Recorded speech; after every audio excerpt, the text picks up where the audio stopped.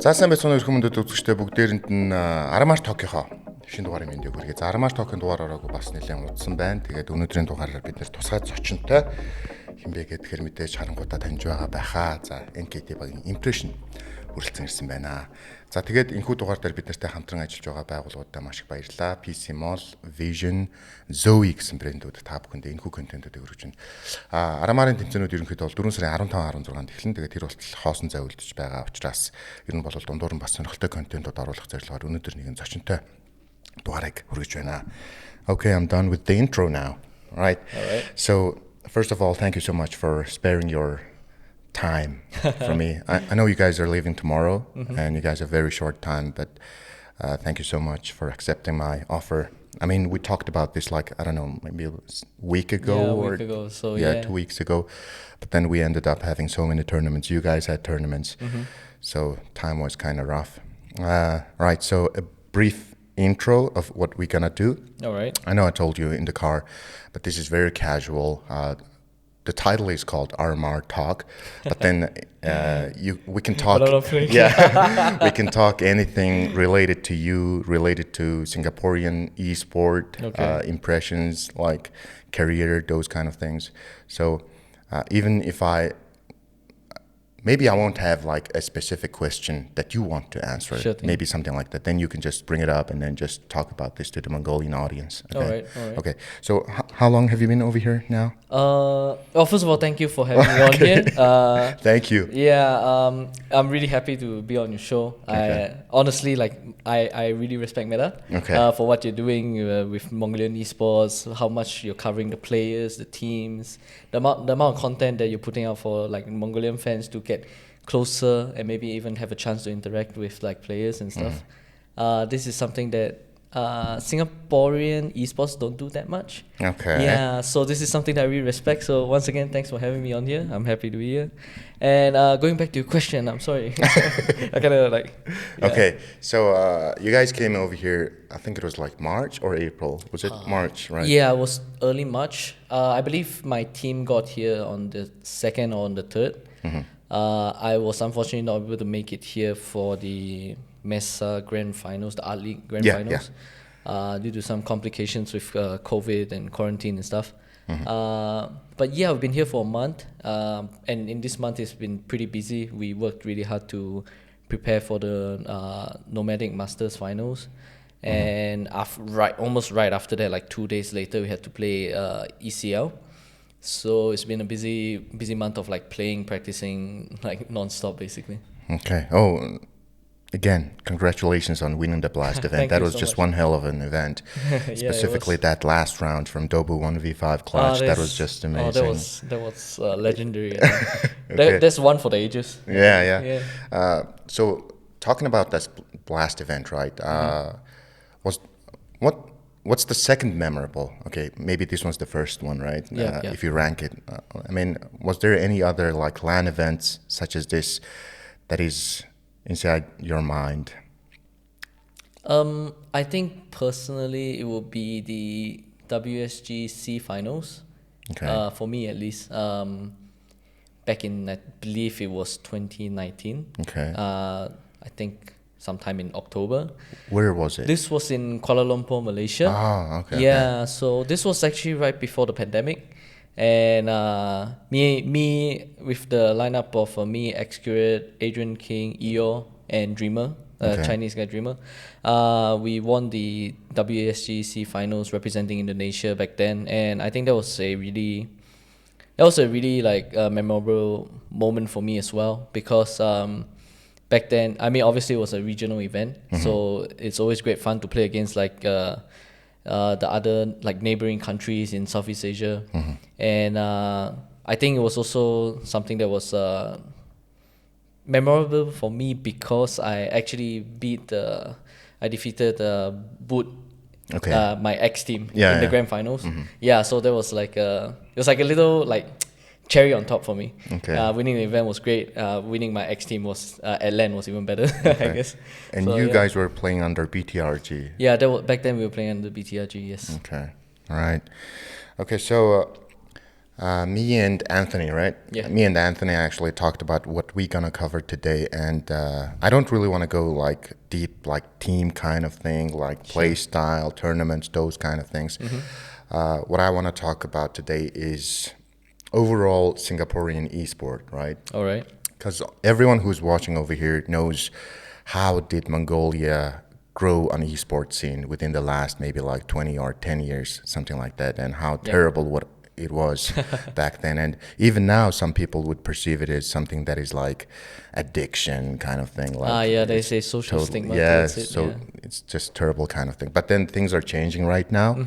People are just getting like, okay, this is esport, it looks like this, and then if you pursue this as a professional player, you can become something like this, someone like this, right? And then you can just pay your living expense out of your salary, commission, whatever, something like that. So I want to know about Singaporean CSGO, not specifically CSGO, like esports. So maybe you could start from your childhood, right?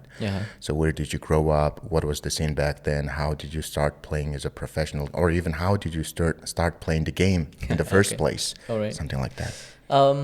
Okay, so when you're from Singapore, you don't actually say, I grew up from this part in Singapore or that part in Singapore, right? Basically, Singapore is just like a small island.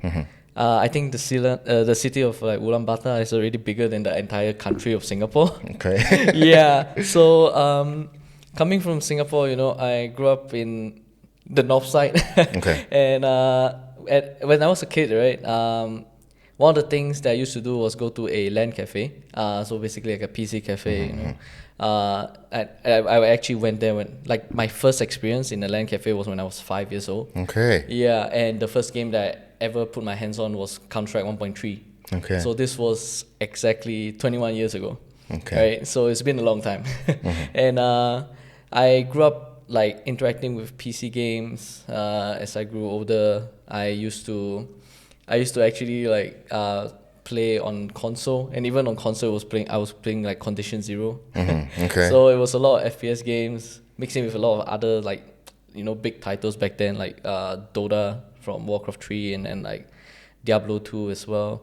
But my passion for FPS and tech shooters was always it was always solid, it was always there. When I was about 13, I played a tech shooter called Blackshot. And this game was kind of like Sudden Attack or something like that. So it's based off of Counter-Strike, but not exactly the same, right? And I started competitive gaming back then. When I was 13, like seriously playing games competitively. And at a very young age, I actually realized that I want to be a professional gamer. I want to travel all over the world playing PC games. I want to use my skill to bring me to places, basically. And when I was 13, I really started to, get on that, like that pathway to making like esports and a career. And back then it wasn't esports. Back then it was like gaming. It was just called gaming. Yeah, it was computer games, competitive gaming, stuff like that. And I think I started at probably a pretty good time because as I played, eventually, like 4 years later, I discovered Counter-Strike Global Offensive. And immediately I was like, at the start I was hooked because it was Counter-Strike. Counter-Strike is a game where it's like every situation can lead you to like a million other situations. You never find yourself in the same place twice and have the same things happen, almost like the same, exactly the same. It plays out differently, like almost every situation that you encounter, which is what makes it so fun because it's so diverse, right? There's so many possibilities, so many scenarios, circumstances, and so many experiences to try. So Counter-Strike, I was immediately like Global Offensive. I was immediately like hooked on. I started trying competitive, like I joined online tournaments, offline tournaments in Singapore back then.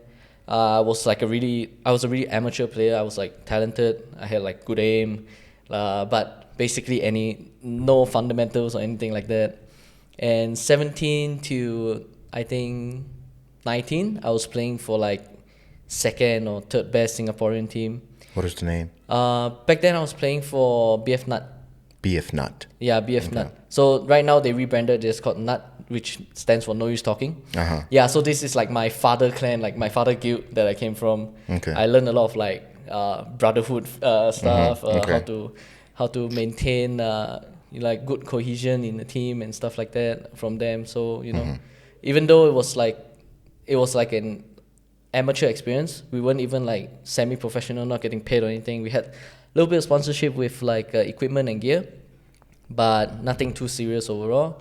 We were really competitive. We tried our best, but it was a place of like a good learning experience for me, and like something that I bring along with me, that I have brought along with me in my like pro career so far. And afterwards, I managed to get a slot on the main roster of Dreamscape, which eventually became Boot Dreamscape, which was Boot, and then you know the story, right? Of Singaporean Counter-Strike.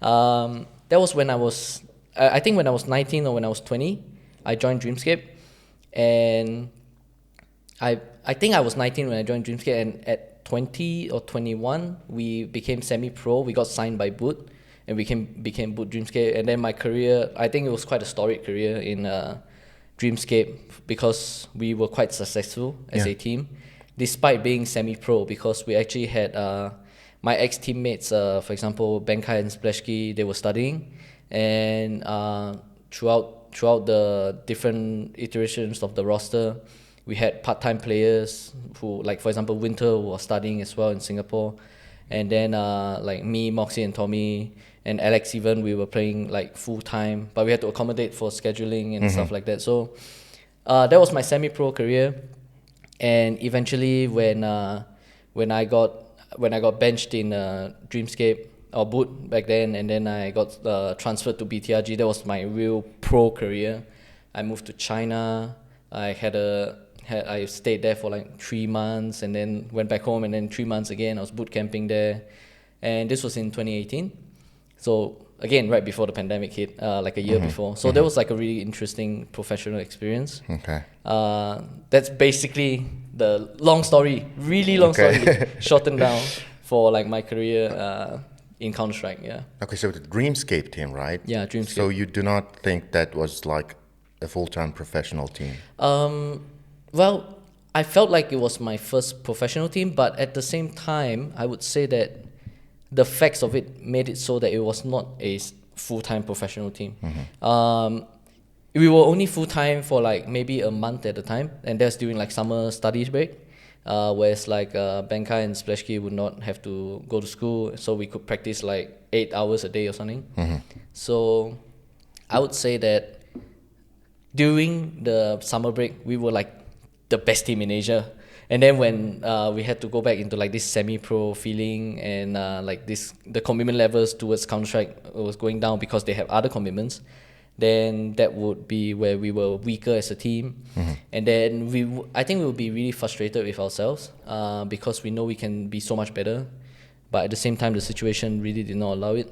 I think back then when I was in Dreamscape, I was not as motivated, and I was not someone who worked hard or worked like smart.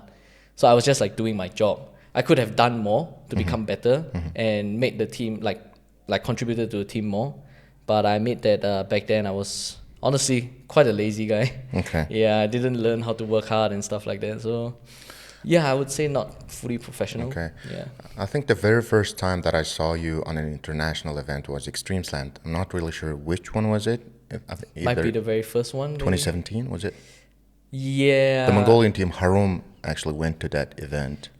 I think I was in that event as well, yes. And then you were with Dreamscape back then. Yeah, I think it was just Dreamscape, right? Yeah, and then Excurred was with Rekka, I think. Yeah. And you guys were just playing against each other on that. And then I remember you and Kevin talking to each other. You were like almost trash talking with him. You were like, okay, I'm going to defend you like this. What are you going to do? And then Kevin was like, okay, no words, nothing like that. And then I saw you guys over there. So, and then not so long after Excurred moved to Tailu, I think. And then that's when I was like, okay, these guys were over there and now they're playing here. And that's the first time I saw you guys. So Dreamscape, even under Boot is Chinese org, right? Yeah, correct. And then even under Boot, you guys had like full Singaporean roster. Yes, correct. Okay. And then you moved to BTRG. That made something like multinational roster. Yeah, that was my What first. was it like? I think it was like a super interesting experience because I got to play with first of all Chinese players, and these Chinese players, they are just like, they have this like huge emphasis on aiming, and I would say a lot of these players that I play with, like for example Dreamer was like a very experienced player, so he has really good aim and good fundamentals and a good idea of how he looks at CS. I really like playing with him. And then like for like my other teammate, for example Kate, right? He was a player that really emphasized on aim, and I think he was just like so good on a good day. He would like go crazy. He would like headshot everywhere. It's actually insane to play with. And the two European players that I played with, Fates and Truth, right? Okay. These two guys brought in like a whole different like experience for me.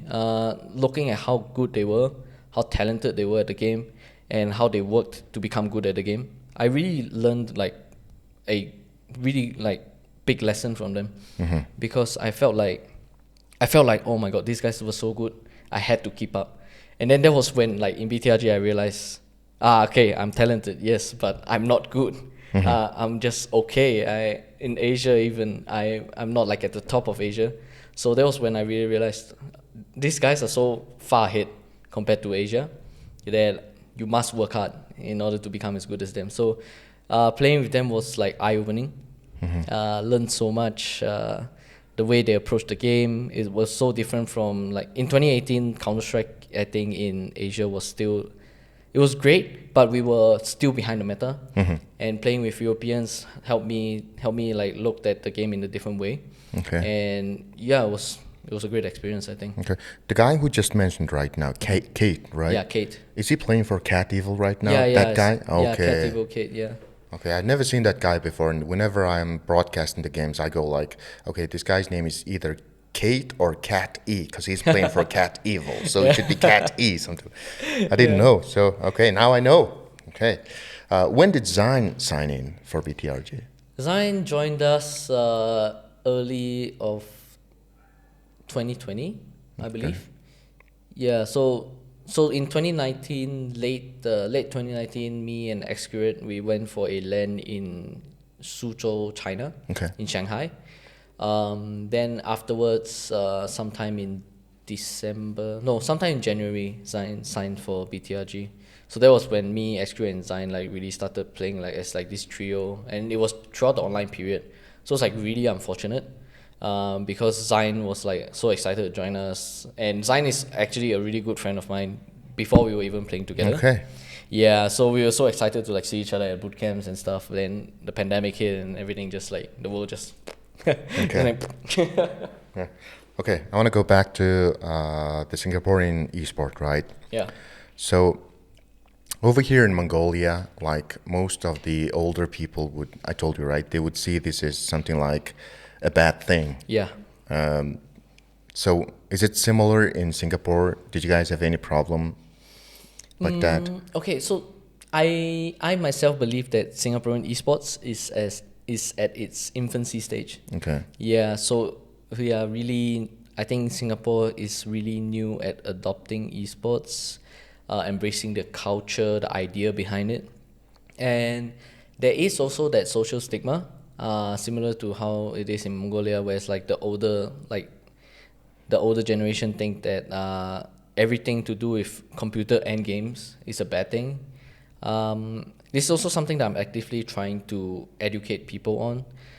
In Singapore, I'm trying my best to like help parents understand that their children are spending time on games, not because it's an addiction, but sometimes because they want to make a living out of it. Sometimes because it is a passion, right? There's a fine line between like addiction and passion, right?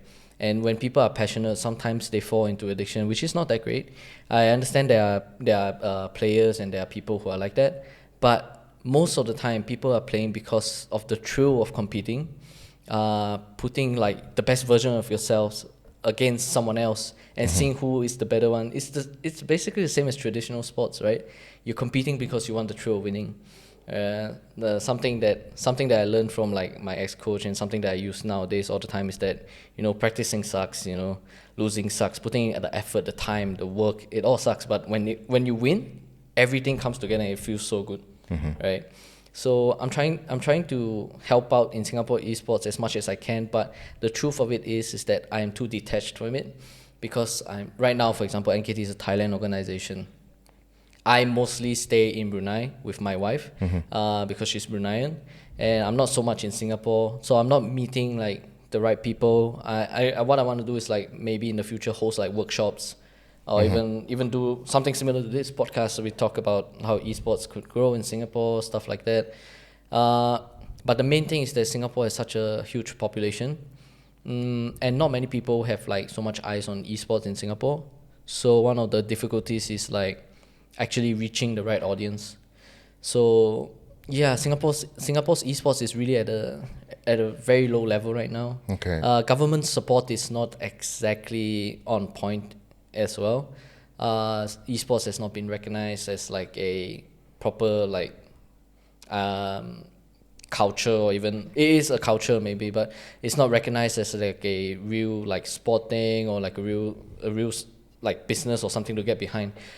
But slowly it is. There's still a lot of talks about supporting esports, but realistically it's gonna take at least like 5 years. Okay. Yeah, so maybe by then I'm like 30. Okay. I'll be able to support it like fully with my experiences. But for now, focusing on myself as a player more, and at the same time already putting up backup plans to try and share my experiences, everything I've learned with like the younger community in Singapore. Yeah. Okay. Okay, so I want to talk about iCafes in Singapore, right? Uh-huh. Over here in Mongolia, if you just cross the street, you'll see an iCafe. Yeah. Right? It's just so close to one another. There's just many of them, so many of them, right? Yep. Is it something like that in Singapore? This used to be the case. Okay.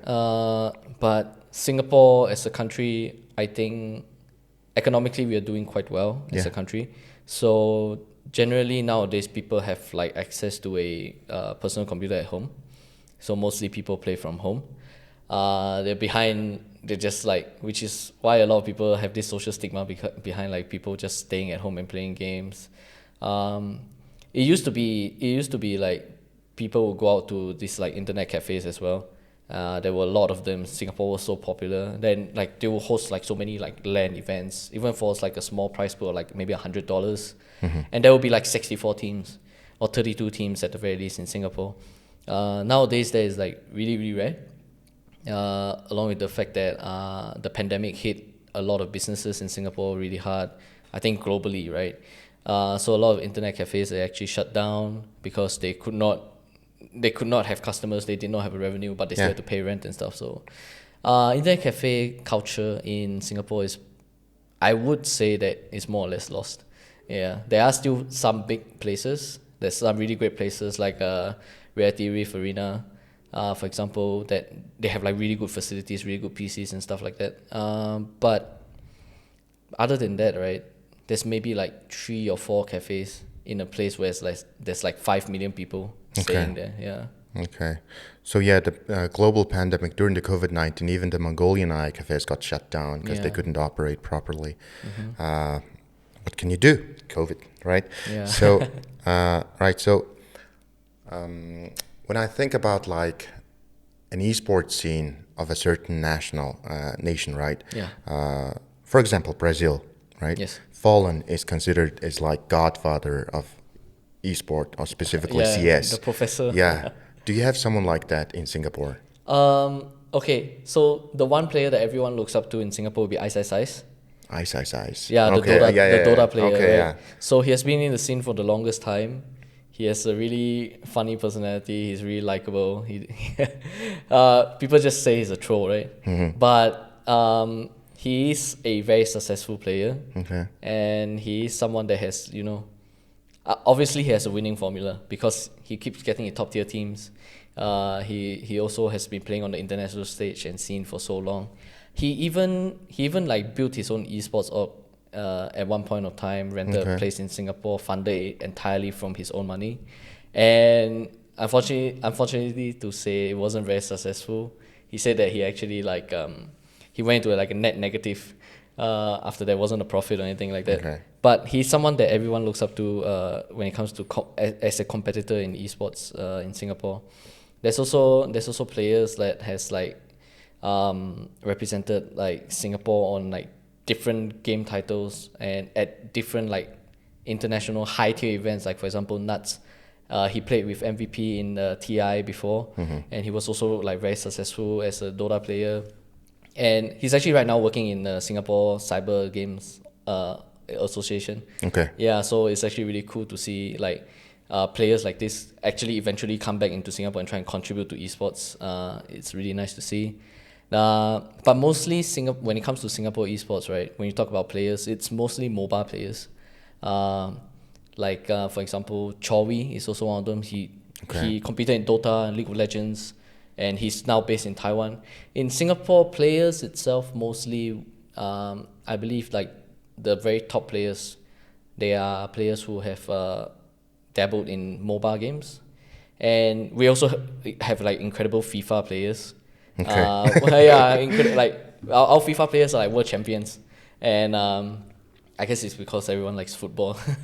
And I think in terms of like tech shooters, there's not that much. There's not that many players to look up to. Like for myself personally, I would love to be able to take a photo with SSIs and Nuts and like, oh, this guy is like best Singapore player in esports or something.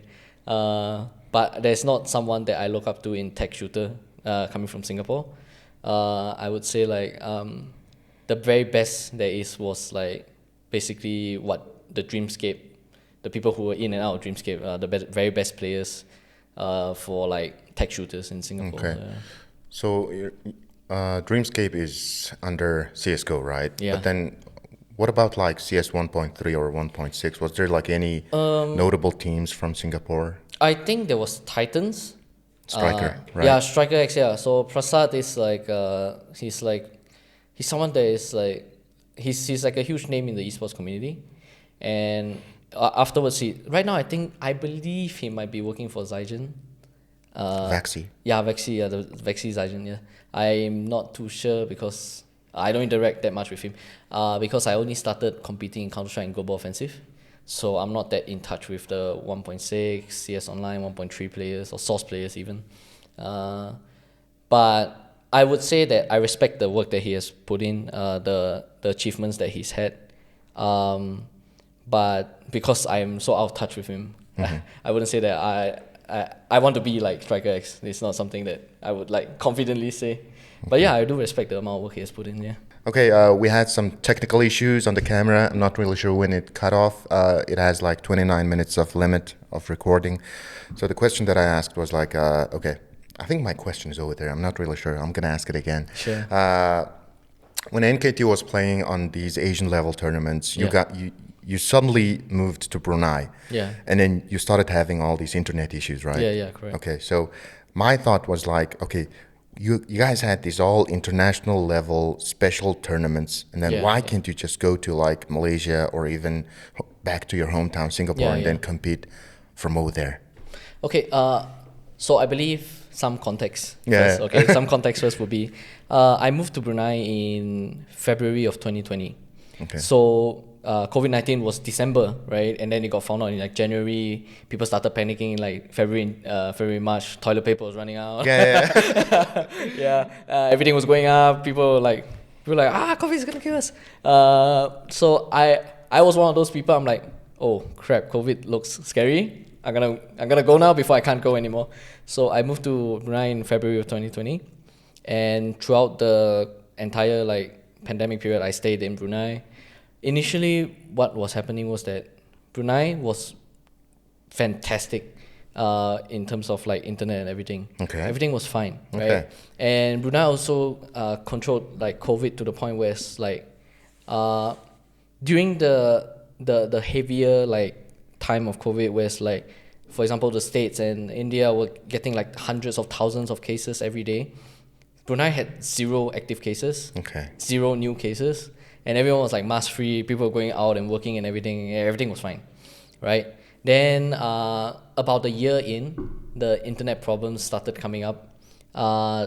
Okay, so the company that runs like the internet in Brunei, UNN, right? They are basically, I think, the worst company in the world. They don't fix anything. They don't communicate well. The internet service goes down and everything, and goes like absolutely haywire, insane, crazy. And there's like radio silence from them. Nowadays they improved a little bit, but they still haven't fixed the core issue, which is like internet problems. And I could not like leave Brunei because it was also during the pandemic period. If I left Brunei, I might not be able to go back for a long time, and also I might not be able to leave at all because you need to like apply for permits and stuff like that. And one of the biggest issues when it came to tournaments was that there would be like quarantine periods if I were to go back to Singapore to play for these tournaments, for example. And one of the biggest issues with like TOs is that they always blow my mind, right?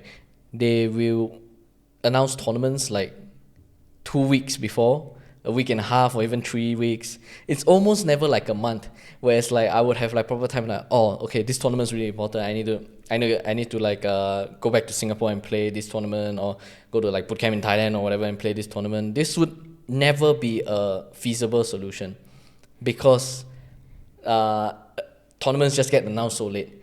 And sometimes I also get really unlucky. Internet's fine for a month, right? And then suddenly on the week that we are playing, internet goes crazy. So this is, I would say, like, as a player and as a person, I'm really unlucky with timing, like really, really bad with timing. But the thing that blows my mind the most is still like TOs, right? They would, most TOs would not communicate, would not ask like players who have been in the scene for like the longest time, like me, for example, and they would just like announce tournaments without doing like proper research, studying and understanding what the Asian ecosystem, like the Asian region is like, for Counter-Strike especially. And they would just like pop a tournament out of nowhere, have nationality restrictions. It will be like 2 weeks before the actual tournament days are being played. Qualifiers will be held on like unfair servers, like for example, like the Face It server, like entire fiasco was like a huge thing, right? People were really unhappy about it. And these are things that, I mean, it's great that tournaments are being held, but it's at the detriment of the players. And the players are not playing comfortably because it's announced like on short notice. Servers are not properly discussed. Nationality restrictions, regional restrictions, like ASUS ROG, for example. Like Mongolia didn't even have a slot. They couldn't even play, right? And Mongolia is one of the biggest Counter-Strike communities in Asia. Some of the best players, some of the most complete players are coming out from this amazing country of Counter-Strike, and they don't let them play. And this is pure BS for me. Like, I don't understand why organizers and TOs, even actual like big brands hosting tournaments, not doing the proper work before they do something in Asia.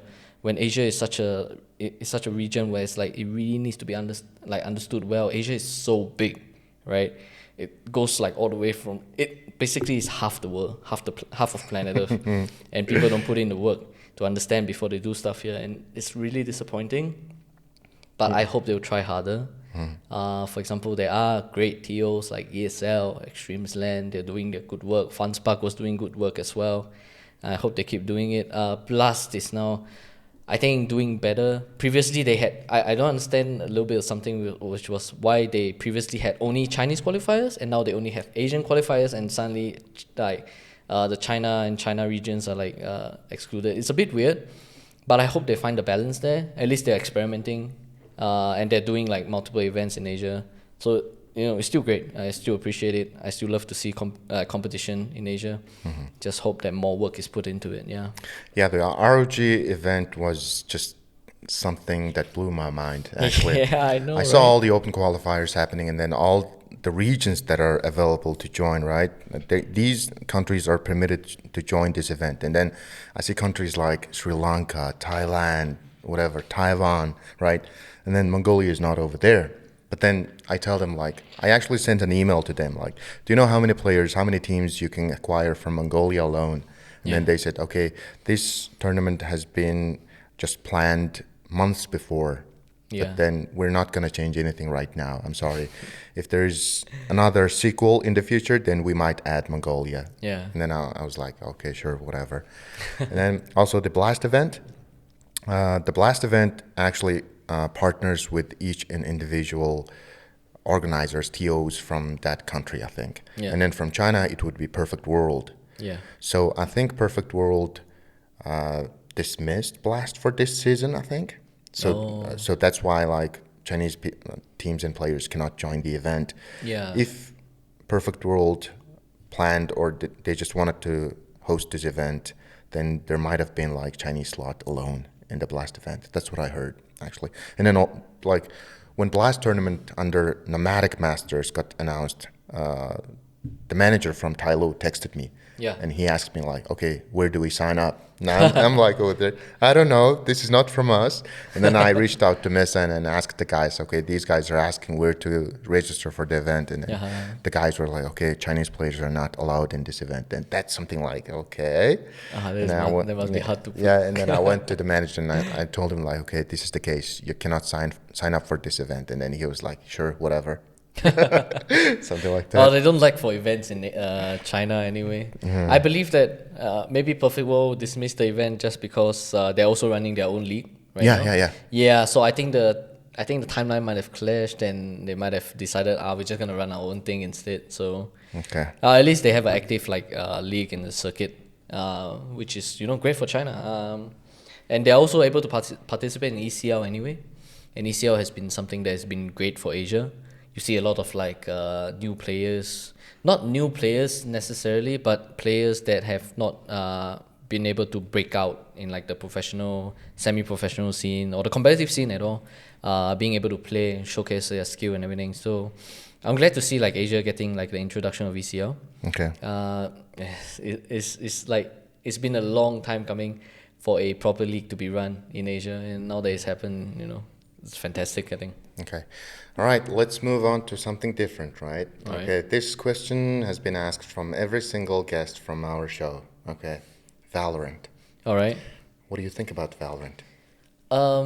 Your overall thought. I think... Okay, so the thing about Valorant is that I believe that any player who has like good fundamentals in Counter-Strike could go to Valorant and become amazing. Player. Okay. Amazing. Okay. Because right now Valorant is a game where the skill ceiling is capped. I believe it's capped due to mechanics of the gunplay. The weapons have like RNG sprays, for example, right? And I think the overall game design is catered much more to players want to pick up the game easily. And the skill ceiling for it is kept because of that. I myself think that maybe Riot, what they want to do is actually introduce a higher skill ceiling eventually as the game becomes more competitive. So right now, for example, okay, to put it like simply, the game right now is catered for noobs to learn, right? And once all these noobs become really good, they will raise the skill ceiling, and then suddenly everyone gets to see who is the Simple, who is the Zai Wu, who is the like device, who is the Shiro, who is the Exile of like of Valorant. So I think that any player right now could go to Valorant and put in enough time, and they will become amazing. They can become the best player in the game on a good day, right? So it's like a free for all. Right, it's like FFA deathmatch. Some guy you don't ever see in a competitive gaming and competitive games and like in the gaming scene is gonna destroy you, and it's because the skill ceiling is not that high yet. So, I've myself considered a move to Valorant like a long time ago, but I realized that after playing Valorant for a little bit, I realized that the game is not that fun for me. Mainly because of how there is that skill ceiling. So I can hop into a Valorant game right now and I can really frag it out, but I'll get like really like annoyed with like how the sprays are RNG, how there's some like some BS mechanic that, like for example, bunny hopping is one thing in Counter-Strike that can really bring you advantage if you use it at the right time. But there is no such thing in Valorant. You use it, like you spend like 200-300 credits and you buy a skill and then it helps you bunny hop. Like a satchel by Race or Jet Dash, something like that. And I believe that because of how the skill ceiling is kept, it makes me feel like the game is less rewarding. Whereas in Counter-Strike, I know that if I put in like a lot of work and everything, if you hit that like 4K spray down or something like sick, incredible one tap or something like that, is something that is not hard to achieve in Valorant, but really takes a lot of time, a lot of effort in Counter-Strike. Okay. Yeah. Okay, so the Valorant scene, right? It stole most of the teams from Southeast Asia, right? Yeah. So even East Asia, Korea, Japan, they all moved to Valorant. So what was your thought back then when all these teams, even your hometown boys, moving out from CSGO? I think I took it pretty like, it was like a pretty like okay, they've decided, and it's sad to see them go, but if they are going, what I really hope that they were doing was not that because they gave up on CSGO, but instead, I hope that they didn't go because they felt that how do I put this, like, I wish that they went only because they lost passion for CSGO, but not because they had to do it. Because the CSGO community was not that great, the ecosystem was not that great, not many tournaments, salaries were not high, not many organizations were sponsoring. So I really hope that they went because it was like a choice thing, and not like because they were forced to. So when players moved and everything, and I looked at it, sometimes I would see that it's good for them, but sometimes I would feel like, why didn't he stay in Counter-Strike? It's such a big talent, and he couldn't develop it, and he had to go to Counter-Strike. He had to go to Valorant because he had no choice. That was when there were moments of sadness, but mostly I felt happy for them. And it's great that now they are getting the recognition that they deserve. Some of these players are really like putting a lot of effort into becoming a good player, and with Valorant and how they are running like the tournament system and everything, I believe that it's good for them. Some of these people are like my friends. I basically lost so many friends to the other shooter. Are you still in contact with them? I am barely in contact with them because we don't get to play. Sometimes I hop on Valorant and my family is open. Hey, what are you doing here? Sometimes I have a good chat and stuff, but mostly the biggest difference was that it gave me less people to park with. I don't have people to play like Q Face It or 5e with because they all moved on.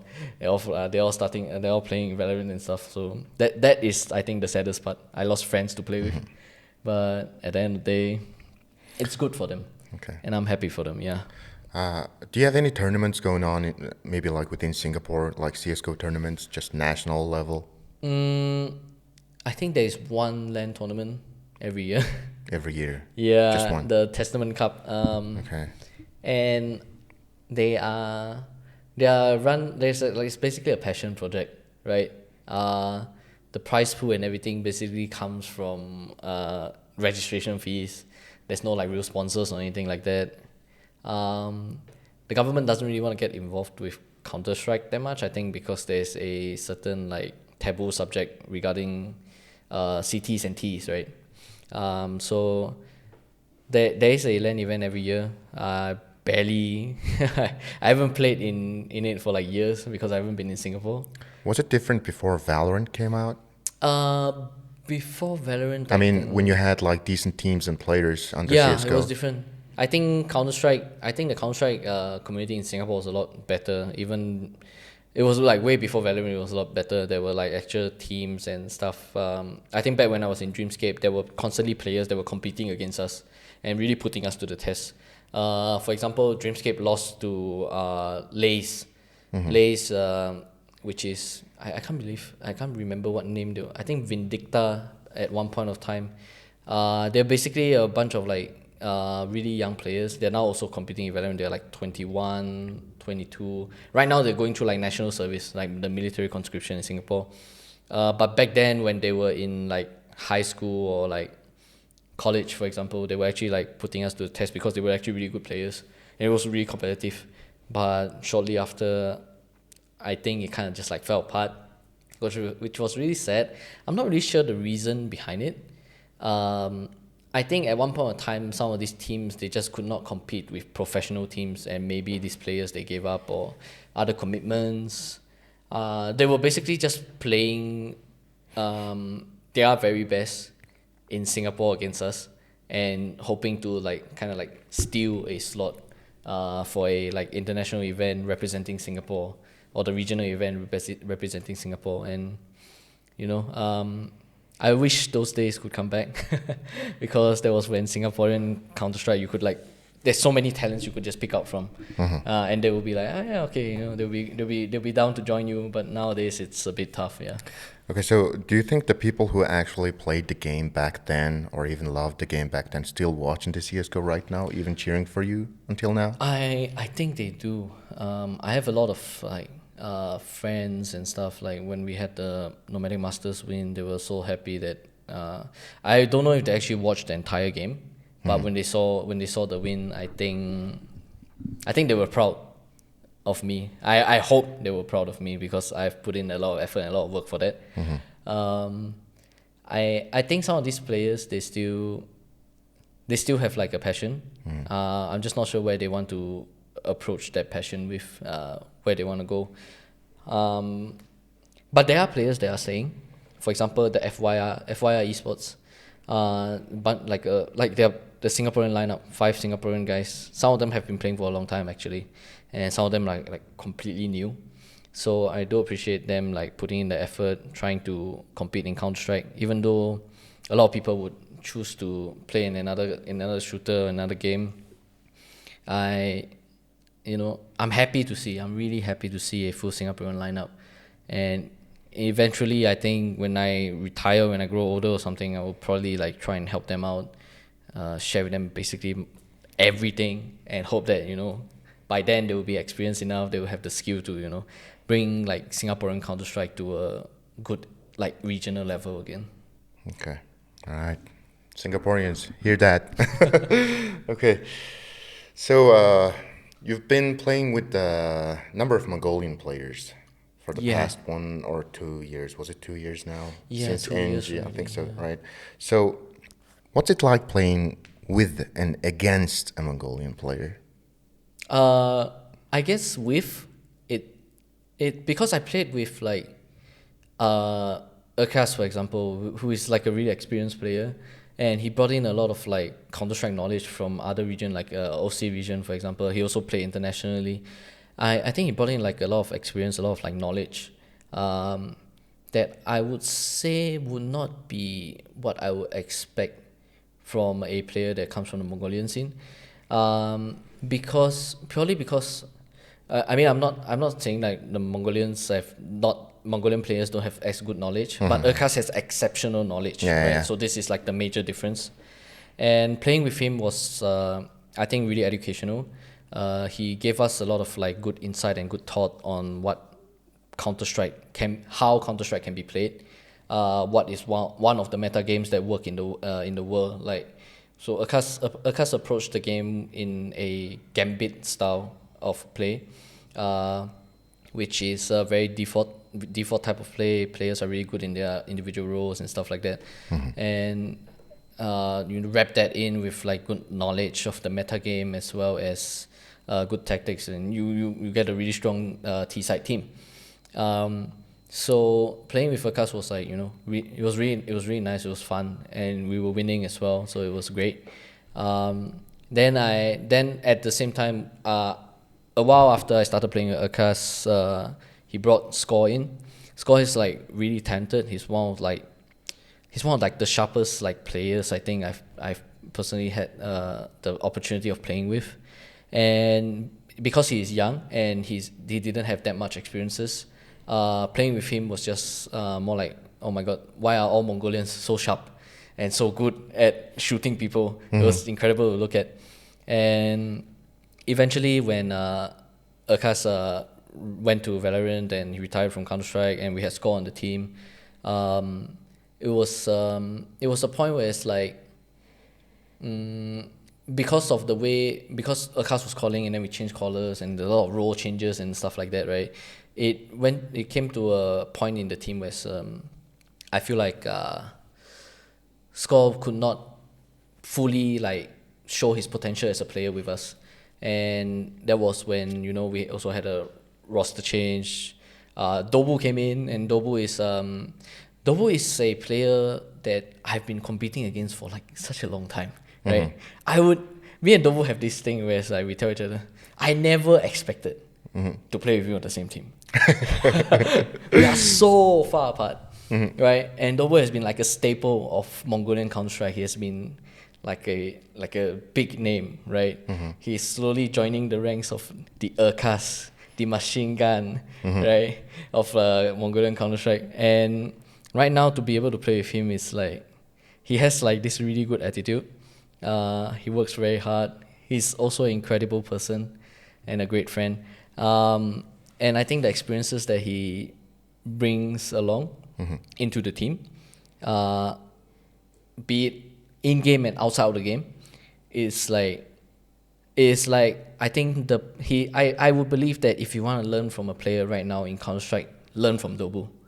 Learn his humility, how humble he is, how hard he works, how smart he is. The experiences, of course, you have to gain yourself. But if Dobu is telling you something and you're a Mongolian player, listen. That's what I'm trying to say, right? He has good knowledge. Okay, he has good skill. He has good experiences, and playing with him, I think by far so far, even though I've only played with him for like a month, for like 3 months because he joined us like quite early this year, and I've only worked with him offline for like a month. I believe that he's by far the best Mongolian player that I've played with so far. Okay. Yeah, and then also recently lately we've been on trial with Kulas. Kulas is also, man, he's incredible. He's so talented. He has so much talent. Like when I think about his future, his potential as a player is he can grab the sky, I think, okay, and he can bring it down. He's so much talent and he's actually so smart in game. Right? But it's just a little bit tough for us because his English is not he hasn't had much experiences with English, so his English is not great for communication. But despite that, you could see how good he can play and how well he complements the team. So playing with Mongolian so far has been like an absolute like crazy experience, which is, it adds on to the fact that for me, for example, I had great respect for Dobu and Cabal back when they were in 5 power with the Chinese lineup, because my personal opinion is like Dobu is such a dynamic, explosive player that he can like tear heads off and then like just win you games, whereas Cabal is like the same side, like the same side of the coin, like the opposite side of the same coin. He is a very complete player. He is very stable, right? He's able to play almost any role, and he will play to a really good and really high level. So I've always had huge respect for Mongolian players for producing some of the most complete, some of the most like competitive players in Asia, and being able to work with them and play against them all the time, right?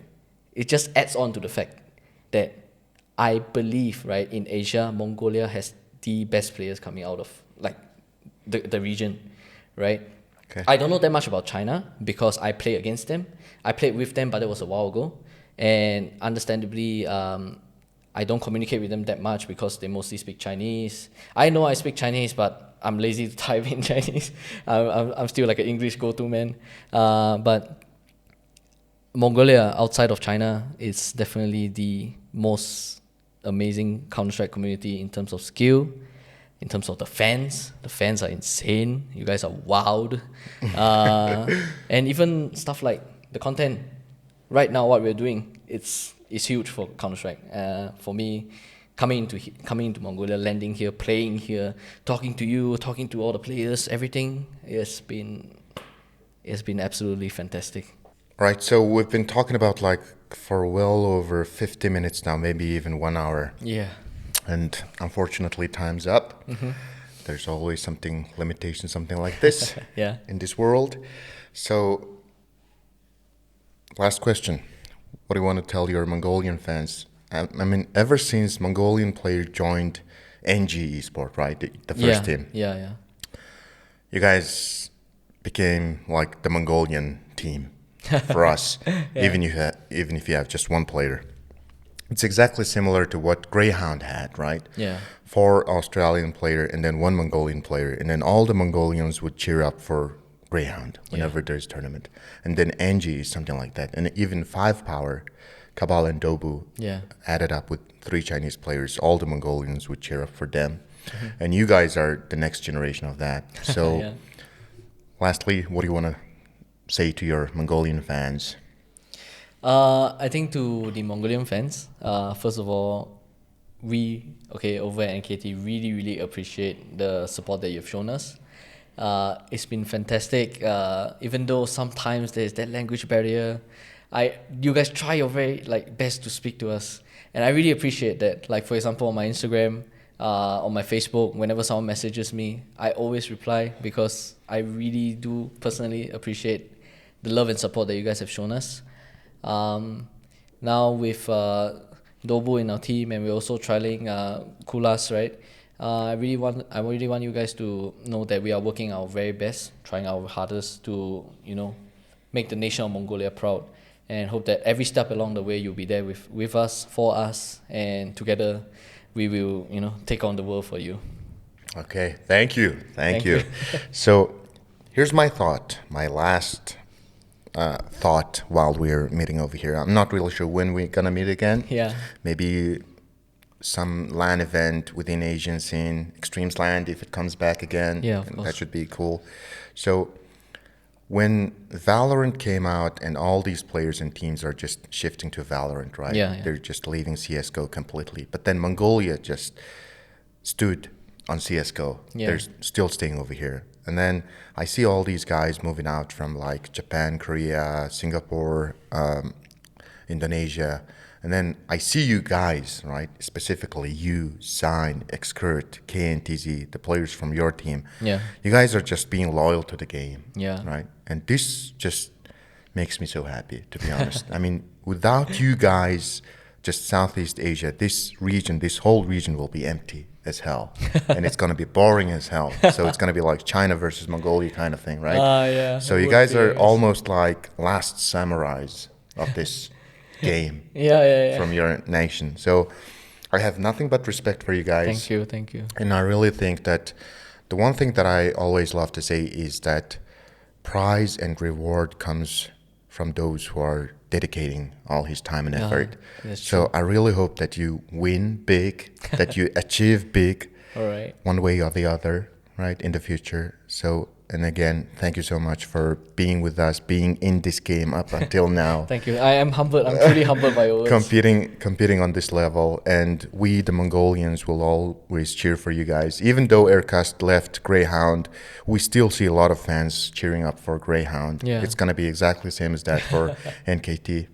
Yeah, I feel like in Mongolia, you feel like NKT's Mongolia's team now, right? Yeah. I feel like I'm a Mongolian player, So it's like it's great. It's just so much. It's so much fun to play for you guys. In the back of my head, when I know Mongolia's behind me, that push. You guys are insane. That push it gives to me is it's just it's wow. It's great. So I think in the future, maybe sooner or later, you're gonna achieve what you really want, your ultimate goal. Yeah. The major tournament and whatnot, stickers and everything like that. So I'm sure you guys can achieve it. Yeah, now we that hope so. We're gonna work really you guys hard are dedicating all this time and effort in this scene. And again, thank you so much for coming today. Thank you for having me. Yeah. Yes, I'm really happy to be here. Yeah. So, and NKT is leaving tomorrow. They've been staying over here for about a month now, but you guys actually achieved what you came for, right? Yeah, I will believe the Blast tournament, and good luck on the Blast event. Okay, and, thank you. What other tournaments coming up in the future? Do you know anything? Right now, at the moment, actually, no. We're gonna go over to Blast, and after that, I'm sure I have no clue, but I'm sure there will be something. Yeah, I'm like you said, it's gonna be announced like 2 weeks, or maybe a day before the event. What's new, right? Yeah. Always something like that. All right, so I'm gonna just end this in English. I'm sure most of the Mongolians watching over here probably thinking like, okay, does Kay speak English? Okay, I do a little bit, a little bit. More than a little bit. Okay, so if you enjoyed this content, please hit that like button. And then if you want to just support us, then subscribe to our channel. And today's guest, Mr. Anthony from Singapore, NKT, hooray. Thank you so much for watching. Goodbye.